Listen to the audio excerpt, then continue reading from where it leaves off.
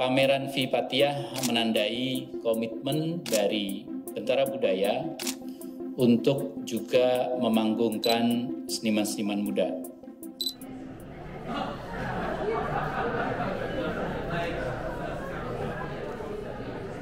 Kita kalau melihat dengan cepat lukisan-lukisan V, mungkin kita akan terbenam atau langsung tersentuh dengan citra-citra dekoratifnya. Ada berbagai pola dekorasi, geometris atau bebas, kadang-kadang direpetisi, diulang-ulang, dimampatkan dan bertumpuk-tumpuk dengan warna-warni yang menarik. Tetapi sesungguhnya kalau kita mau menelisik lebih dalam, maka kita akan menemukan sosok-sosok manusia meskipun digambar secara tidak utuh. Sebagian hanya tampak tangannya, torsonya, kakinya, atau gerakan-gerakannya yang kita duga itu adalah manusia dalam adegan-adegan tertentu. Ketika saya ngobrol dengan V, saya tanya kenapa seperti itu. V kira-kira menjelaskan bahwa di balik dekorasi itu adalah keinginan V untuk membebaskan tubuh manusia. Bagi V, manusia dengan tubuhnya adalah ruang untuk memerdekakan diri. Sebetulnya ya itulah persoalan bagaimana seorang pelukis itu sebetulnya mengelola persoalan agar menghasilkan lukisan yang kuat, lukisan yang beridentitas, lukisan yang memiliki karakter cukup kuat, dan itu ada pada karya-karya V ya. Tentu saja makna juga penting, tapi bagaimana makna ini sebetulnya menghantarkan V untuk mampu menjadikan seni lukis itu sebuah praktek kesenian yang penting ya. Nah, khususnya tubuh di era masa sekarang, era digital, era AI, era di mana kita hidup di sering disebut post-human ya. Kita tuh hampir nggak pernah bisa lepas dari gadget. Kita kalau pergi ketinggalan HP itu rasanya pasti pulang gitu. Jadi sebetulnya kita sudah tidak lagi memiliki tubuh kita gitu loh. Nah, ini yang menarik justru V itu mencoba mengembalikan aspek-aspek penting tubuh, termasuk mungkin kebebasan tubuh dari soal-soal yang kemudian mengkooptasinya ya, soal-soal mendasar gitu. Nah, saya sering bilang gini, salah satu kekuatan seni lukis itu dalam era digital ini justru adalah aspek-aspek menubuhnya ya, embodimentnya, aspek-aspek mendasarnya, aspek-aspek materialitasnya gitu. Saya sering berpikir bahwa salah satu kekuatan seni lukis melawan budaya digital adalah pada aspek-aspek tersebut gitu. Nah, V, saya pikir kembali pada aspek-aspek paling primordial dari seni lukis ya. Kalau kita lihat misalnya karya-karyanya tuh banyak sekali garis dan memang kadang-kadang cenderung dekoratif ya. Tapi garis ini aspek yang penting, aspek yang paling mendasar dalam seni rupa, dan garis ini memang kemudian ditorehkan oleh dia sendiri. Ditorehkan dan hampir saya sebut horor vakui ya. Horor vakui itu takut dia menyisakan ruang kosong. Semua diisi. Seperti kemudian ingin pengalaman tubuhnya itu memenuhi seluruh kanvasnya. Dan aspek primordial itu juga kita lihat misalnya warna-warnanya cenderung gelap ya, cenderung warna-warna bumi, dan itu saya pikir menarik karena mengurangi kesan dekoratifnya. Now, why do I buy these paintings? Yeah, I personally love these paintings, and I think a lot of people like these paintings. Maybe those of you that are not so attracted to the paintings, I think we have to remember that there's people that love art, there's people that like art, but what we all need to do is respect art.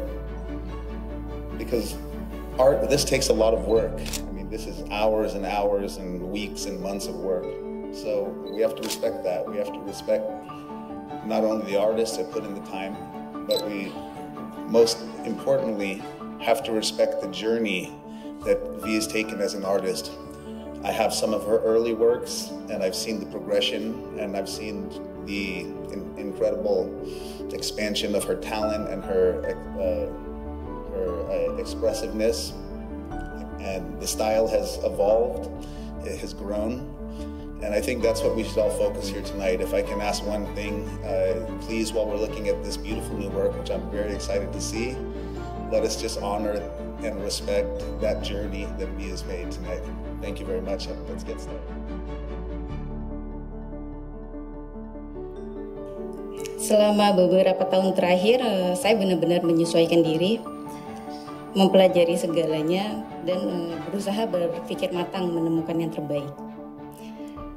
Kegelisahan muncul ketika saya mulai mempertanyakan arti dari apa peran saya di dunia. Dan jawaban-jawaban pertanyaan itu memberi saya jalan, tapi tentu saya masih perlu meningkatkan dan berkembang, dan ruangan ini menjadi bukti bahwa saya telah melakukan yang terbaik. Berharap agar terus semakin membaik dan setiap hari akan berkurang lelahnya. Melukis mengingatkan saya untuk menjalani hidup sepenuhnya setiap hari dengan cara yang paling sederhana dan indah. Karena kemungkinannya tidak terbatas, lewat melukis saya bisa menciptakan banyak hal. Pameran ini saya persembahkan untuk Mama dan almarhum ayah saya tercinta, ya, yang telah mengajarkan dan menginspirasi saya untuk selalu mulai dengan kejujuran. Halo, nama saya Wisnu Nugroho. Saya penikmat seni lah, atau penikmat bentara budaya, terutama kalau pameran. Saya tercekat ya untuk beberapa karya ya, terutama ini yang saya berdiri di depan ini. Dan ini nggak tahu, ada energi yang terpancar gitu, dan saya ngerasa kok connect nih, saya merinding tuh cerita. Ya, satu ini, lalu bagaimana mengekspresikan energi itu yang menurut saya ada teknik yang agak rumit tapi indah gitu ya. Rumit tapi indah, ini kan gimana nih kerumitannya tapi keindahannya dapat. Itu saya tadi agak ngeliat kurang lebih gimana ini ngerjainnya, kebayang itu aja sih waktu lihat dan ketika energinya nyampe. Warnanya lebih kaya menurut saya, lalu simbol-simbol yang mau disampaikan di detailnya itu kena di saya, dan saya ngerasa energi yang mau disalurkan lewat karya ini tercurah ya, atau kayak meletup gitu. Jadi ngerasa, wah ini kena nih saya, kayak saya tertegun lama di sini. Tapi saya ngelihat apa yang dia tuangkan di karya ini menunjukkan konsistensi dan ketekunan luar biasa, dan kayaknya kemampuan untuk berkembangnya jauh lebih gede, karena ini potensial sekali untuk dinaikkan atau dikembangkan untuk hal-hal bahkan mungkin di luar seni ya, hal-hal yang sifatnya dekoratif atau hal-hal yang sifatnya estetik gitu ya. Di luar seni ini kayaknya ini keren banget jadi apa gitu. Oke, perkenalkan, nama saya Rizky Taufik Rahman. Saat ini saya menjabat sebagai koordinator program studi dari Pendidikan Seni Rupa Universitas Negeri Jakarta. Yang pasti sangat luar biasa bangganya, karena saya mengikuti proses Vipatya itu mulai tahun 2008 sejak dia bergabung menjadi mahasiswi Prodi Pendidikan Seni Rupa di UNJ. Saya melihat ada sisi idealis dari karakter karyanya dari dulu sampai sekarang yang terlihat jelas, tetapi ada pengembangan pribadi yang tadi sama-sama kita dengar di paparannya. Dan kalau pesannya adalah sebenarnya sama dengan yang menjadi keinginan beliau gitu. Jangan pernah berhenti belajar gitu ya, jangan pernah cepat puas gitu, karena dari prosesnya itulah kita selalu belajar, hasilnya akan menjadi semakin luar biasa. Judul-judul puitik itu udah dari dulu, itu udah emang jadi trademarknya si V ya. Saya menyebutnya dulu Selfie, tapi sekarang namanya Vipatya. Saya tertarik dengan ini karena itu yang tadi saya melihat adanya dia mendobrak zona nyamannya gitu. zona nyamannya tetap ada gitu ya, tetap terlihat jelas, tetapi dia mencoba sesuatu yang baru. Nah, kalau saya sebagai pengamat seni gitu ya, saya bukan di basicnya seni murni atau seni lukis, tetapi saya sebagai pengamat seni melihat ini adalah satu terobosan, karya ini adalah suatu terobosan dari seorang Vipatiyah. Dan saya berharap tidak sampai di sini, terus-menerus akan menghasilkan karya-karya yang lebih bombastis.